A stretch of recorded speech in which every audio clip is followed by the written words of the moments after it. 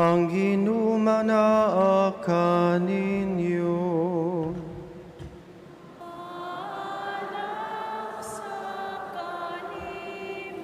Kinutlugikan sa Ebanghelyo sumala ni San Marcos.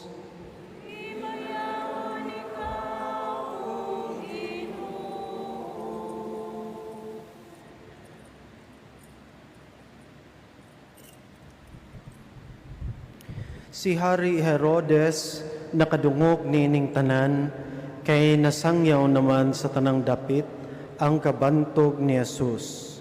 May mga tawo nga mingon na banhaw si Juan nga magbubunyag. Mao kini ang hinungdan nga nahimo niya ang mga milagro. May mingon usab nga siya mao si Elias.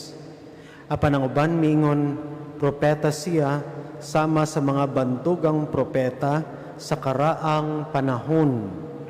Sa pagkadungog ni Herodes sa gibuhat ni Jesus, siya miingon, siya mao si Juan nga magbubunyag nga akong gipapunggutan, apan nabanhaw.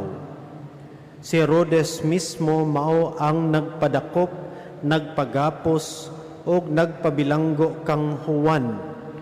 Gihimo niya kinitungod kang Herodias nga iyang gipangasawa bisan kon si Herodias asawa ni Felipe nga iyang igsuon. Kay si Juan god nagpunay magsulti kang Herodes dili matarong nga makigpuyo ka sa asawa sa imong igsuon. Tungod niini nagdumot si Herodias kang Juan og naninguha pagpatay kaniya. Apan wala siya makahimo nini, kay wala man siya tuguti ni Herodes. Nahadlok si Herodes kang Juan, kay nasayod man siya nga si Juan maayo ug balaan nga tao, busa iya siyang gipanalipdan. Gusto si Herodes mamati kaniya bisan tuod masamok ang iyang hunahuna. Inigkabati niya sa tanan nga isulti ni Juan. Sa katapusan, nakahigayon ragayod si Herodias. Nahitabo kadto sa sumad sa adlaw na tauhan ni Herodes, niadtong higayuna nagkumbira si Herodes o gidapit niya ang tanang kadagkuan sa kagamhanan, ingon man ang mga pangulo sa kasundaluhan og ang mga inilang mulupyo sa Galilea.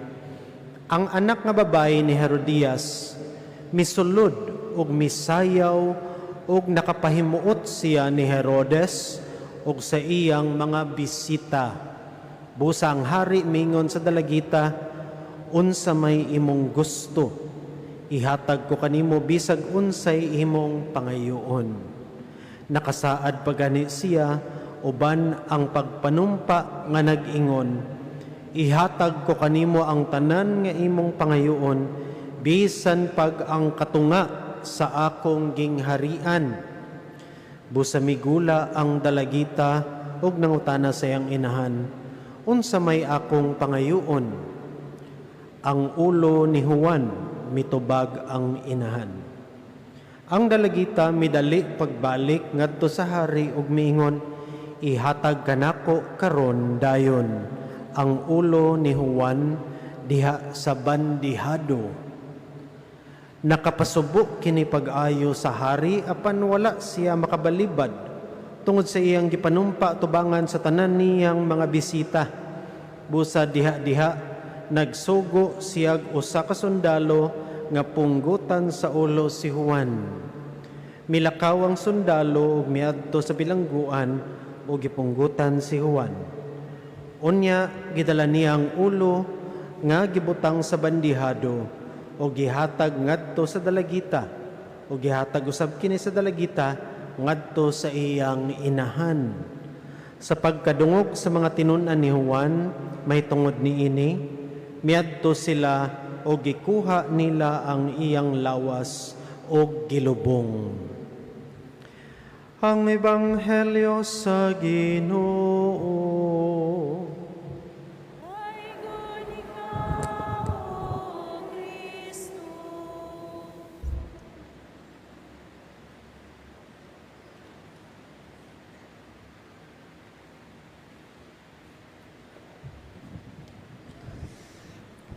May gustoon di ani Kristo, maayong gabi, kinyong tanan.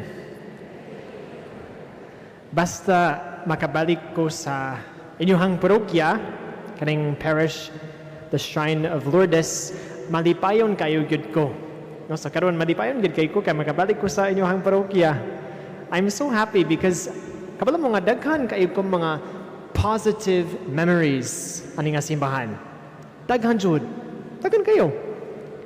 Kay naka-Advent recollection ko diri pag last year, daghan kay tao, lingaw kaayo. Nakamisa sad ko sa inyong fiesta last year pod.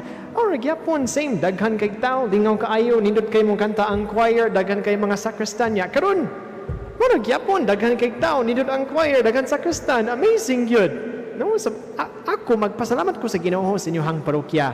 Because you are really a very dynamic and lively family. Last time, ni ani ko diri pag baligya og mga ticket diha sa gawas, nasad ko'y positive o funny nga memory sa inyong parokya. Naiu sa kababay nga follower daw siya nako sa social media.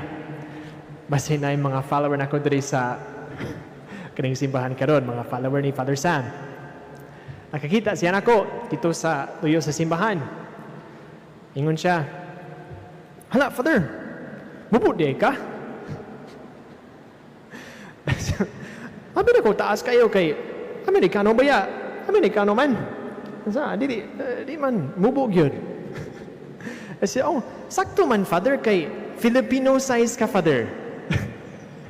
So, sakto yun. Kanagpuyo pa ako dari sa Pilipinas, karang una katuig, 6 years na. Right? So that was also a very nice memory for me, nga feeling at home, nga Filipino di ay, kanang Filipino size di ay ko. Right? I hope sa inyohang mga kasing-kasing karon, aduna sad mo'y mga positive memories sa inyohang life. Basin sa inyohang parish experience diri, basin sa inyohang mga pamilya, kada bitaw mga positive memories nga nindot yun that we are so happy about, no? Pero I think, probably, naa siguro sad sa inyong mga kasing-kasing og mga negative nga memories o mga lisod nga memories. Mga lisod nga nahitabo sa atong kinabuhi nga usahay bugat kaayo mag-carry. Anya, usahay basta mo sulod kitag simbahan o duol kita sa Ginoo. Sometimes we think nga, wow, dapat ang akong pamati, nindot kaayo akong pamati kay duol sa Ginoo, nindot kay kanta, wow, nindot kay wani, kay duol ko ni Jesus. But then sometimes when we enter the church, nakahinumdum kita na, huy, magkasasala de ko? Di ba nakasaway mo anak before? Na masuod mong simbahan? Ay murag, katong bitang feeling nga, dili ko angay mo simba. Dili ko anay mo dawat ni Jesus kay magkasasala ba ako? No? Ako po, isip pare, usahay mo misa ko, unsay kanindot sa akong gibuhat. And sometimes I think, oh my gosh, dili gyud ko angay ani kay sus ganihang hapon nakabuhat ko ani, gahapon nakabuhat ko ana, nga sala, magkasasala baya ko. Katapitang mga negative memories. Kasabot mo na, you understand what I'm saying, no? Mga negative memories. You know, sa atong ebanghelyo karong adlaw, naay usa ka hari, usa ka lalaki, naginganlag Herod, King Herod. Siya ang murag main character sa atong ebanghelyo.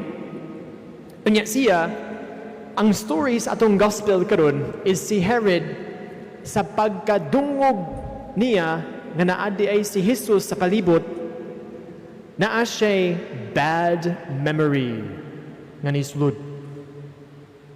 Sometimes like us also, musud sa simbahan, bad memory. Si Herodes pud, si King Herod, he heard, na si Jesus diha. Si Jesus, tako mga milagro, nindot kay si Jesus. And then he remembered, akong gipapatay si San Juan. Dako kaayo nga sayop. When he heard about Jesus, he remembers his biggest mistake. Dili kay so nindot ang matian, no? He remembers nga not only gipapatay niya si San Juan, but in the gospel, ang story sa iyang pahinumduman is he remembers nga he has so many sins. There's nainahitabo sa story nga gipasayaw niya ang anak sa iyang partner. No? Ang sayaw ato sa gagmayng babay, sa batanon nga babay, mga brothers and sisters, dili siya kanang cute nga sayaw nga sinulog dance. Dili yun. It's a sexual dance. No? Usahay mo yung I know that so many of us, tungod sa ato mga sala, tungod sa ambot, nakatanaw ko ani, Father, nakabuhat ko ana, ngalaway, we become so sad and maulaw sa atong self. The same thing happens to Herod in the gospel. He remembers, nakabuhat di ay ko ani, nakatanaw di ay ko ana. Oh my goodness. Right? But what's amazing in our gospel, so this is where we come back to the positive part, ha? Dili man na siya puros negative ang akong gisulti ninyo, ha? Si King Herod, na siya gisulti nga nindot kayo. Because sa pagkakita niya ni Jesus, of course, iyang gipahinumdum, iyang mga sala, right? Which we often also do. But he says,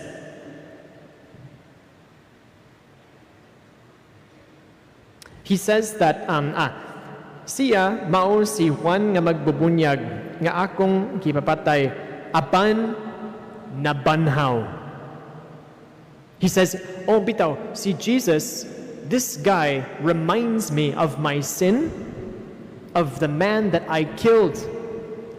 Pero basta mo tanaw ko ni Jesus, ang kadto nga lalaki nga akong gipapatay buhi gihapon. That's so powerful. He is showing us that when we look at Jesus, mga brothers and sisters, yes, naadyo'y mga times nga grabe kalisod ang pamati because we remember our sin. But when we look at Jesus, we also see in Him our second chance at life. Dili lang ang atong mga sala, ang atong pagkita ni Jesus, kung dili ang atong pagkabanhaw. Buhi gihapon siya. That is so important because, brothers and sisters, basta mosunod kita ni Jesus, dili malikayan nga naay mga kalisod, dili malikayan nga naay mga sala, dili malikayan nga nidyo'y mga lisod kay nga memories. But the question is, are we going to look at Jesus as someone who gives us hope? Who gives us hope nga bisan magkasasala ko, magpadayon gihapon ko sa akong kinabuhi because si Jesus, He believes in me. Mutuo siya nako. Musalig siya nako bisan magkasasala. Si Mama Mary Manggod, she can help us do this. She can help us trust Jesus, no? Because she, at one moment in her life, nakatanaw siya ni Jesus, nakatanaw siya sa krus. She saw ang tanan mga sala nga gibuhat sa tibuok kalibutan. Lisod siguro. Para niya, mutanaw siyang anak, mamatay. But she did not give up on the world.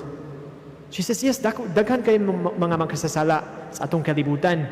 But si Jesus, mabanhaw siya. That is how Mary looks at Jesus and how each one of us should look at Jesus. Nga dili ma-despair pero naadyo'y paglaom sa atong kinabuhi. So atong pangayoon, diha kaniya karon sa kaning ikaunom nga adlaw is kaning gasa sa paglaom. Let's ask Mary for that grace through her intercession. Amen.